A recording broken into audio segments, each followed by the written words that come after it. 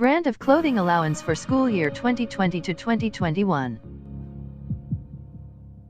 Each qualified government employee, subject to the guidelines, rules, and regulations issued by the Department of Budget and Management, DBM, will receive an amount not exceeding 6,000 pesos per annum for the payment of uniform/clothing allowance, U/CA.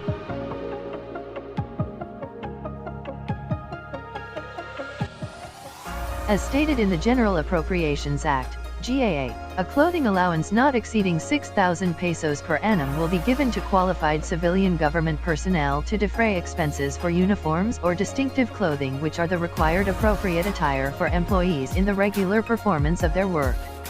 In general, such uniforms or clothing are intended to identify the employees with their mother agencies and to convey emblem of authority, and serve as protective or working clothing, especially for maintenance, workshop, and farm personnel who are entitled to clothing/uniform allowance. Uniform or clothing allowance covers civilian government personnel occupying regular contractual or casual positions, appointive or elective, rendering services on full-time or part-time basis.